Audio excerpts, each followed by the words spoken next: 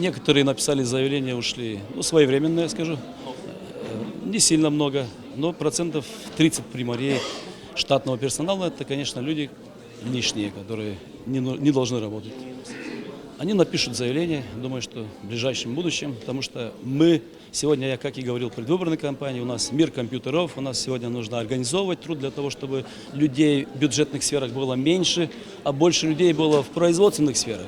Это есть рабочие места, потому что многие называют чиновников рабочими местами. Я не называю, это один чиновник, он уничтожитель рабочих мест. Чем меньше их будет при мэрии и в других структурах, тем лучше будет развиваться город. У нас есть уже планы работы по этим предприятиям, есть уже персонал, который мы должны заменить другим персоналом.